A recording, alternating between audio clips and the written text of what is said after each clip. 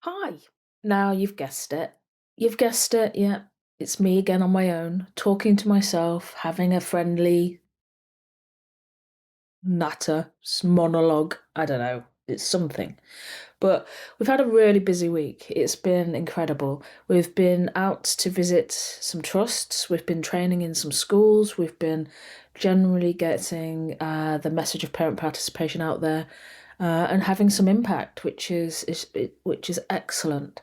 I know we promised Keystones 2 to 5 of Ofsted because Anna and I got carried away with Keystone 1 and the whole uh, residual trauma of Ofsted and the whole idea of parent complaints and all of that. We got carried away.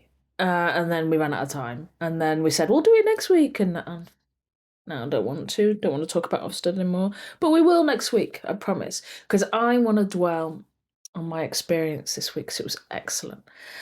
Let me introduce it properly. I was blessed to be able to support Kaylin at the Pixel conference, and we had written a book, our guide to parent participation, that Pixel helped support and co-author.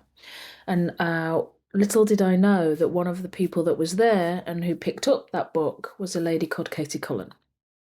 And she was so inspired, she wanted to bring that back to Hinchley Wood Learning Partnership, which is 3 schools, a primary, junior, and secondary. And the secondary's got a sixth form.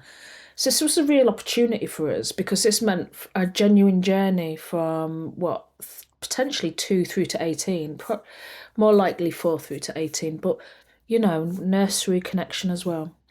And it was an opportunity I just loved because they invited me and Racheal Johnson in, and listening to Racheal Johnson speak was a real just a bonus, a real privilege to sit and listen to Racheal give a framing of the human challenge that we face right now, which then set me up to talk about the parent and school challenge that we face right now. So it was incredible. But what I was most impressed with, and I say this in all sincerity, is that the school had made the trust had made a concerted decision to embed it in all the staff. And when I mean all the staff, I mean there was the support staff, the reception staff, teaching assistants, there was the teachers, there was the leadership, there was even the chair of governors was there. So they wanted it thoroughly embedding across the whole community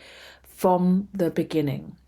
So I'm sure you are aware by now we offer an accreditation, and a lot of schools take the natural journey of doing the accreditation, putting a strategy in place, and then communicating that strategy. What the Hinchley Wood Learning Partnership wanted to do was introduce it to all of their team, encourage them to get into the blueprint framework, offer their thoughts and insights on what would be the best focus for the trust in the first instance. And then they're going to go on the accreditation journey. Then they're going to build their strategy, and then they're going to roll it out. And for me, it was just exceptional practice, really, because one of our accreditation questions is how many of your staff is trained in parent participation?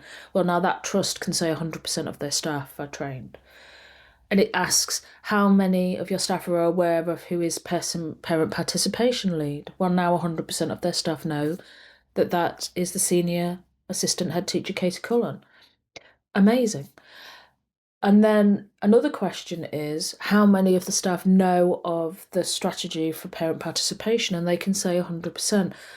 A lot of the times in our data, the answer to that is 0 to 25% of staff, which is actually, you can understand. It's siloed within a leadership position, and it's on that leadership in order to drive it across the school. But now everyone in that partnership is empowered from the age of 4 through to 18 to partner with parents. Why is that so important? Well, the data from the Education Endowment Foundation, which I'm sure you know, is that it adds 4 months every academic year for every child. So if we go for the full, 13 years of that experience with the Hinchley Wood partnership, learning partnership, that's potentially 3 or 4 years of additional progress that is up for grabs for those young people because their school has chosen to partner with their parents. That is literally the difference between somebody being not in education, employment, or training with the horrible label of NEETs to somebody who is applying for Oxford, Cambridge, or other top universities across the country. It's a difference between fulfilling your potential and having your potential limited because that partnership is broken. And let me tell you about the day. I was sat there, and the CEO Ben presented first. Really nice man, really really lovely guy. Um, and one of the things he did was explore that some of the opportunities that the team had given to their young people, and completely and utterly embedded within those different events that had raised money for charity was a sense of belonging that those young people would have to that school, to that group of people, and the sense that there was a common purpose being driven. And that alone, it was wonderful to watch. The year eights who slept outside and experienced sleeping in a box in order to raise money for a homeless charity, and a low rent that offered low rents to people. Oh, it was just, there was just loads of examples like that. It was just incredible. So what I was asked to do was to help them start the process of understanding what that strategy should be. So obviously the starting point was to understand the drivers and unpick those drivers in the initiatives because as one of our wonderful pioneers, Summer Mason, pointed out, it offers a language for decoding the parent partnership. So as a area of school life, it's huge, right? It's a major stakeholder in the school, and they touch all parts of the school, which is why it goes across the Ofsted framework. And if you just went, we're going to improve our partnership with parents and stopped there with the language, it would be overwhelming, it would be challenging, and no one would really have a very clear direction of where to go. So the drivers and the initiatives form a language where you can go, well, we'll focus here, here, and here. And in doing that, we lay the foundation, and then we can go here, here, and here, and that builds the next layer. And it's just a really useful tool like that. And then, so I went through that and I gave them some reshaping of what some of those means. Because in education, we get into grooves in our brain. And some of these things we perceive as in a very set way when actually there's room to be more imaginative. I think home-based learning is the one that's most apt here, but where people just immediately think homework, but that's just 5% of what that is. And involvement in school life, where people believe that's the parent in the classroom with the children, but again, that's at its extreme. Involvement in school life could be so much more. So I presented and reframed some of those, and then set the challenge of saying, unpick what you do well, unpick what you could be if it was even better if, and then prioritize, because you can't do everything at once. You have to work out where you are and then where you need to go next. So the breakout sessions where different groups of staff across the trust saying, this is what we do well. So a massive sharing of amazing practice, and every sheet was full of this just amazing practice. A just really conscious understanding of the need to bring the parents on board and to support them in this journey.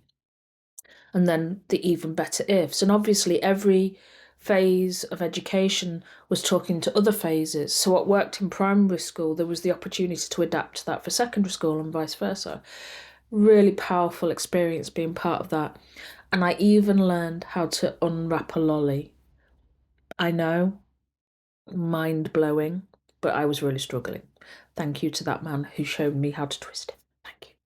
Anyway, back on task. And then the question at the end of the session was, what driver should we prioritize? 'Cause that basically we're here, we want to get there, which of these drivers? And I had predicted it would be driver two. I genuinely had. I thought most people felt that the most direct way to impact relationships with parents is to communicate with them well and listen to them well. And often I talk to schools about being one of the foundational moments where you decide on the personality of your organisation and then spread a tone of voice across your staff and then work out how you're going to get listened to your parents and all of that stuff is a very strong way of forming the foundation of that partnership. But they felt they were already mostly there. What they wanted to do was take on the hardest one, driver four, where the baseline national benchmark is below standard. So it's averaging out at about 29% for driver four. And that's because it's the point where engagement turns to participation. And that's where this whole trust wanted to focus its attention. They didn't want to just engage their parents anymore. They wanted their parents to have that genuine sense of involvement.